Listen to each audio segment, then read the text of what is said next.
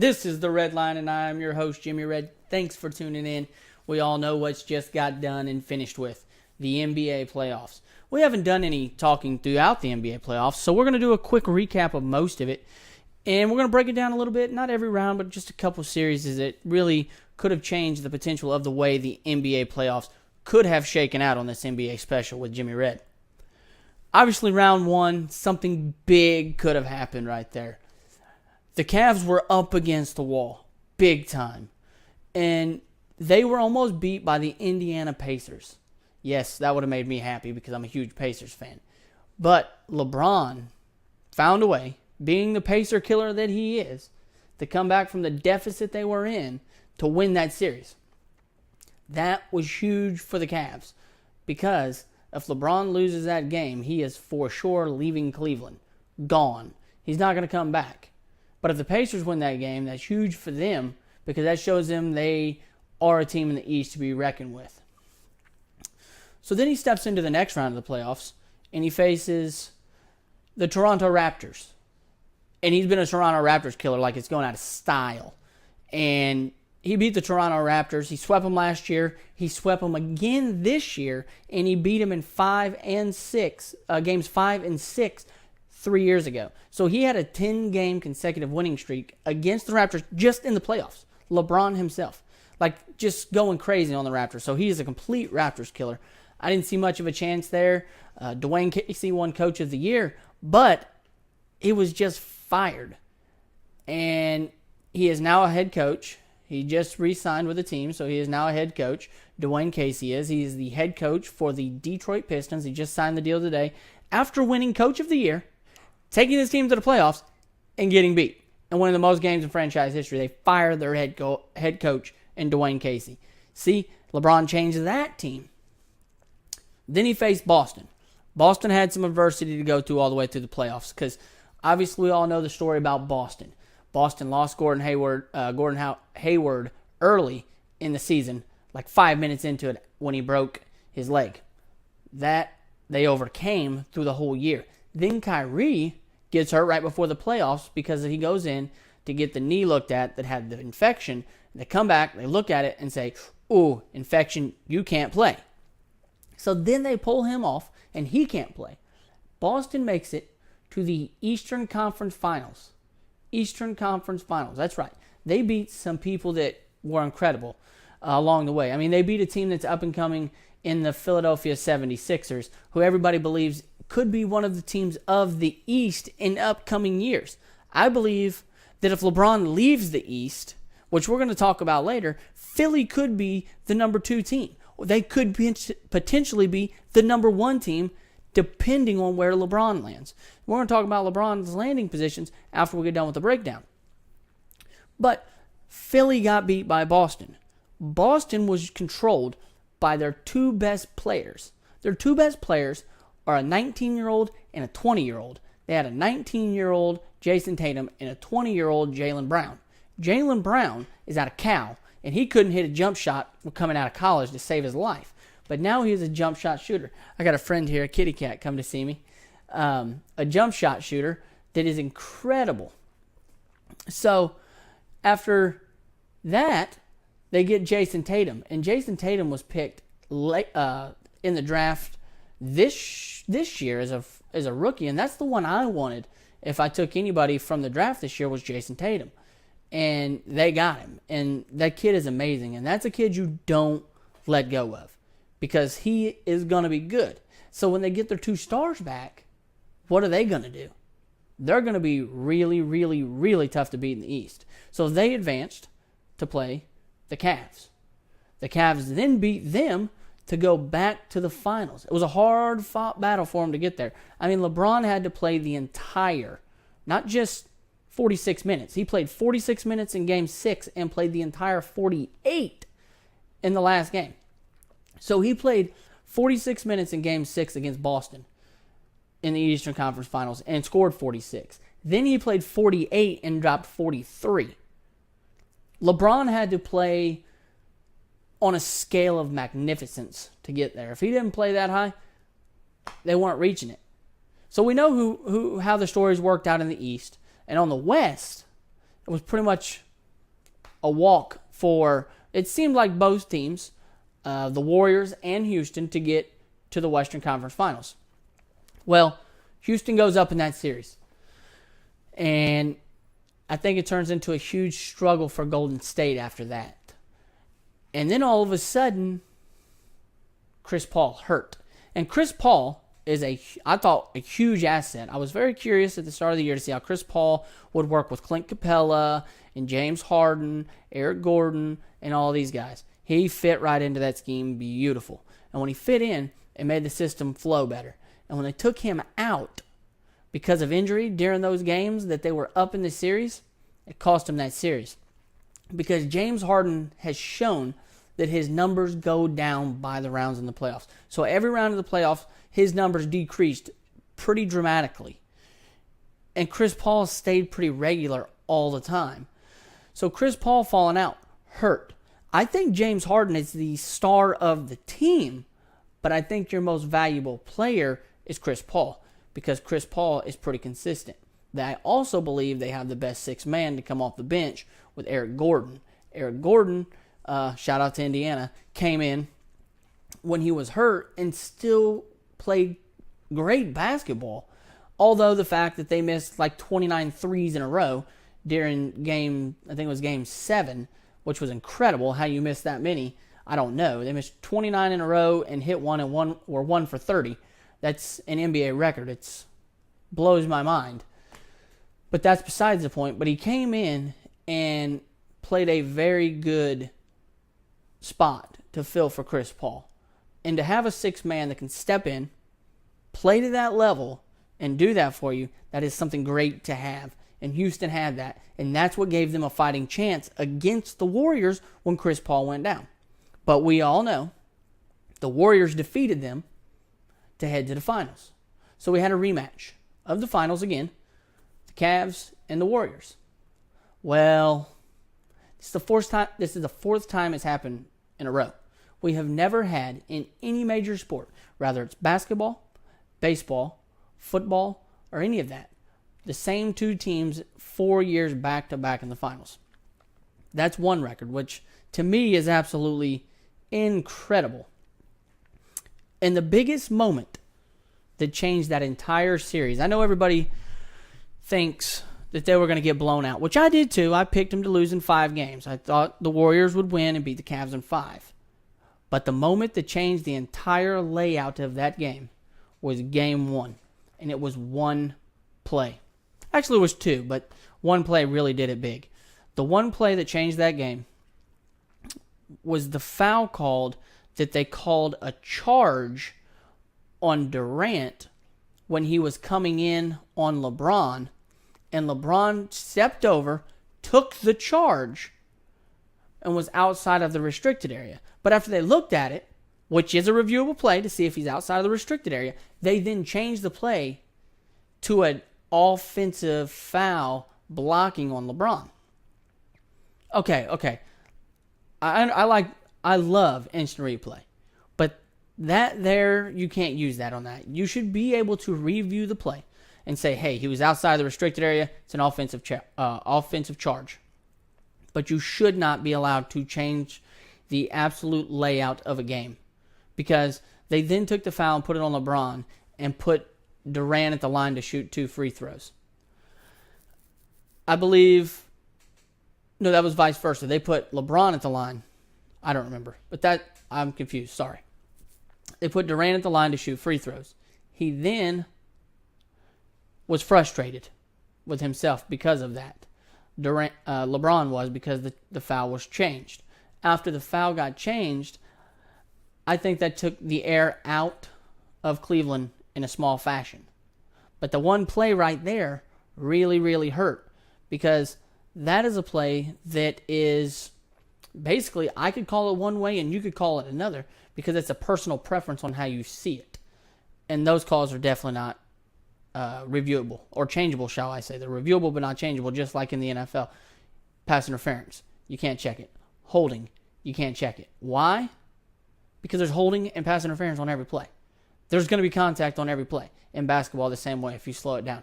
So that is a stupid rule in my mind. And the other play that changed that game George Hill was at the line, and the Cavs were down 2. He then hits the first, but misses the second. J.R. Smith then boxes out Durant, gets the rebound, and runs to the three-point line. LeBron is yelling at him, and Ty Lue doesn't call timeout. So not only do they miss a chance to shoot the ball to win the game, they now have to head into overtime with a tie game. And LeBron was just frustrated. You could see it in the video. He was done. He was over it. Wanted nothing to do with it. And they end up losing that game. Huge. I mean, they ended up losing by 10, 124-114. And after that game, the biggest thing that changed the entire series that did not come out till after it was over was LeBron James punched a whiteboard and broke his right hand. And that there was a great cover by the Cavs. By far a great cover by the Cavs, because covering up a person that is the best player in the NBA breaking his hand is huge, because that could change the whole layout of the game. They would have been trying to hit his hand. They would have known LeBron couldn't play because of the broken hand very well, which is why you saw his numbers go down. A lot more assists, less rebounds, and less shots. So, you definitely saw that, but you didn't make the connection with the hand because they didn't show it. And that's why the whole series changed. And after that, they couldn't hang with them. I mean, there was a game, I believe it was game 3. Yes, it was game 3. Game 3 where Kevin Durant went off. I mean off. Went out there, looked like Kevin Durant of old. Dropped 43 points, 13 rebounds, 7 assists. He went crazy as the Warriors won again. They won game 1, game 2, and took game 3, 10-2. Durant joined a very, very elite club, which is very, very cool in my mind. He joined a club that Michael, himself, LeBron, and Mike and Shaq, I believe was it? No, not Shaq. Was it? Who was that? The other one. It was Michael, LeBron.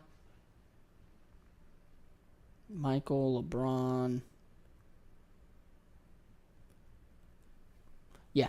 Michael, LeBron, Durant, and one more. And I believe it was Kobe who did it. Let me look and see if it was Kobe. No, it was Shaq. I apologize. I second-guessed myself. Yes, it was Durant, Michael, James, and Shaq who joined this exclusive club of 40, 10, and 5. Could you imagine being a 40, 10, and 5 in the NBA Finals? It's incredible. And Durant went out there and did it. So then they head to Game 4. They're all down in their slumps because they've been beat bad. And, well, it was a blowout. Because LeBron was hurt. He was over it. The Cavs were done. And they got beat 108-105.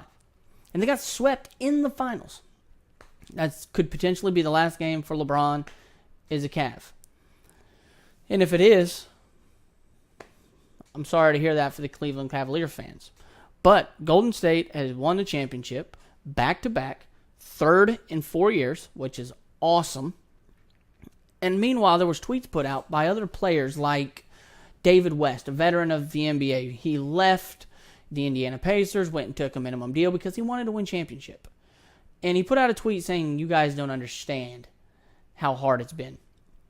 Basically saying it's been a very, very hard. There's a lot of problems going on in that locker room. When you have that many alphas, there's going to be. And then Steve Kerr came out and said, I might as well just take off until All-Star break because these guys aren't going to listen to me anyways. So they're not listening. But do I think they're going to lose next year? No. They got the greatest players in the world. They got Curry, Durant, Klay Thompson.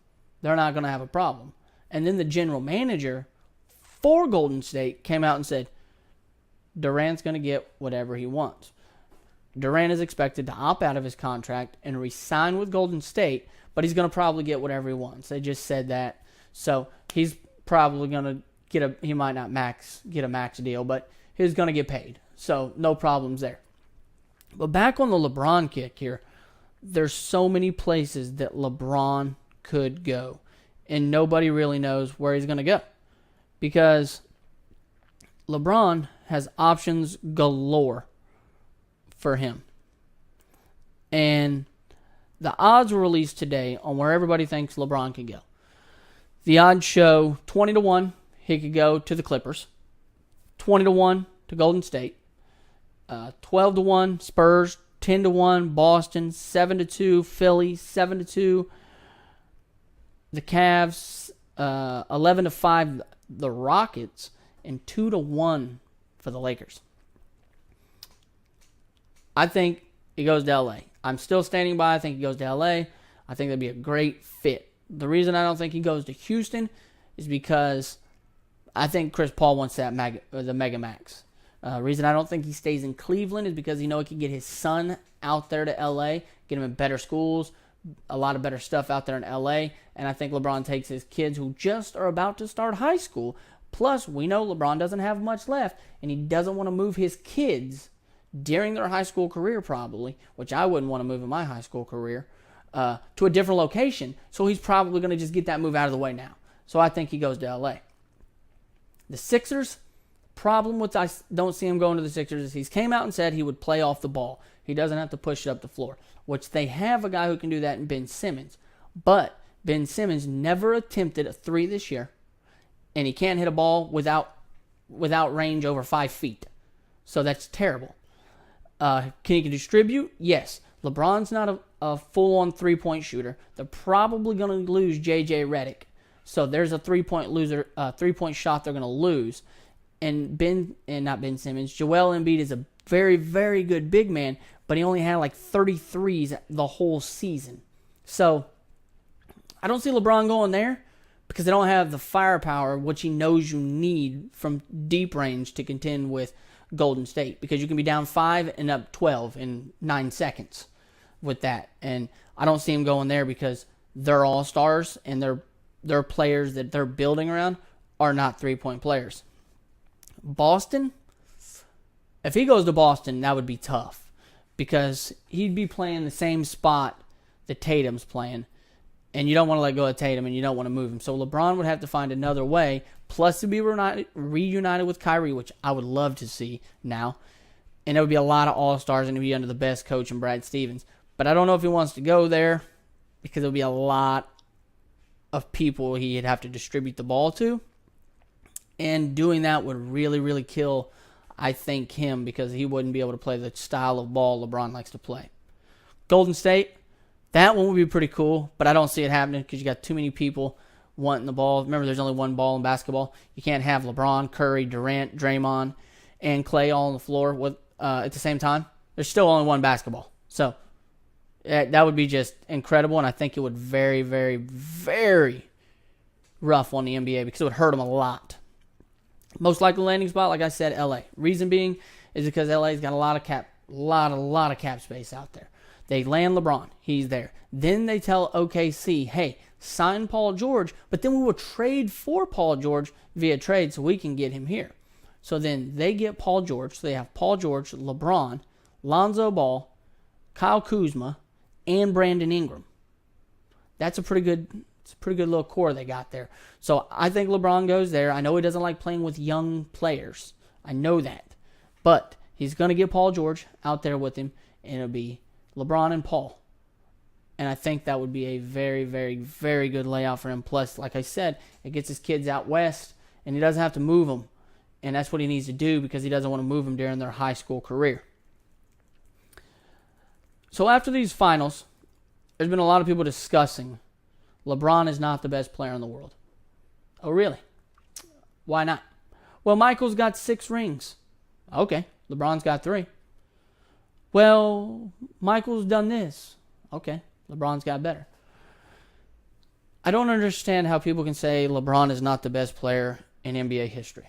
Because if we were going off of people saying, well, Michael's numbers look better, that's fine. It was a different era of basketball. You can hand check. LeBron's numbers look better now. But the big thing is, if we're going with that, we can relate to football because everybody says Tom Brady is a GOAT. Well, there's a guy who's got better numbers in the regular season than him, and his name's Peyton Manning. And people don't say he's the GOAT, but his numbers look better in the regular season. So that means what determined it? Playoffs. It might not be rings, but playoffs determine if you're a star player. And LeBron has exactly as many 30-point games as Michael Jordan, 109. He's tied with him. So they both have 109 30-point games in the playoffs. LeBron's had 9 appearances in the finals, and Michael had 6. Michael won all 6. LeBron won 3. But Michael was favored in his all 6. LeBron was only favored in 2. And then you start saying, well, LeBron, he doesn't have any money. No, he got swept into the finals this year. He got swept into the finals. Okay, he got swept in the finals. Well, he's been swept in the finals twice. Okay, that's the finals. He's going against the best team in the world. There's a guy by the name of Michael Jordan, which you probably should know. He was swept in the first round twice. Not just once, twice in the first round. LeBron has never lost in the first round. And you're telling me that Michael's better than LeBron? The debate's still on the table, boys. LeBron's still got time left in him. This is his 15th year, and he is still playing like this. The last NBA Finals, the last 7 of them, LeBron and Durant are the only ones to have the scoring titles out of the NBA Finals. Only 2 times has he been beat, and they were both by Durant. Durant won it in 17, and Durant won it in 12 when he was with OKC. Other than that, LeBron has ran the finals in scoring. Michael didn't do that, did he? Michael may have won MVPs. Well, guess what? They've both been in the game the same long. They both got the same amount of MVPs. The only thing Michael's got is more rings. LeBron is a better basketball player all around. And I hate to say it, but he is. And the record's right here. I can't lie to you. According to statistics, they have them up. Is Michael is 6-0, Kareem is 6-4, Duncan's 5-1, Kobe's 5-2, Magic 5-4, Shaq 4-2, Curry 3-1, Bird 3-2, LeBron 3-6. I know he's got a losing record, but look at what the man's got. Michael didn't start winning until he got players. Michael got Scotty. Then he got Steve Kerr. Then he got Tony Kukoc. That's when he started winning. Then he got Rodman. He didn't do it by himself. LeBron needs a core. When LeBron had a core, what was LeBron doing? It's winning. Yeah, they lost when they were in Miami, but guess what? Every mega team goes through it. They break up. They got tough times. Right now, I'm just wondering when that's going to happen to Golden State because it could happen at any time. You had it happen in Boston when you had the first big 3. You had it happen in Miami. Now we're just waiting on it to happen in Golden State. So, is LeBron the best player in the world? You decide for yourself. Where's LeBron going to land? You can decide for yourself, but I think he's going to the Lakers, and I think he is the best player in the world ever. So, that's my take on the NBA playoffs. Thanks for watching. I'm Red. This is a Red Line. We'll see you guys on the next episode. I'm out.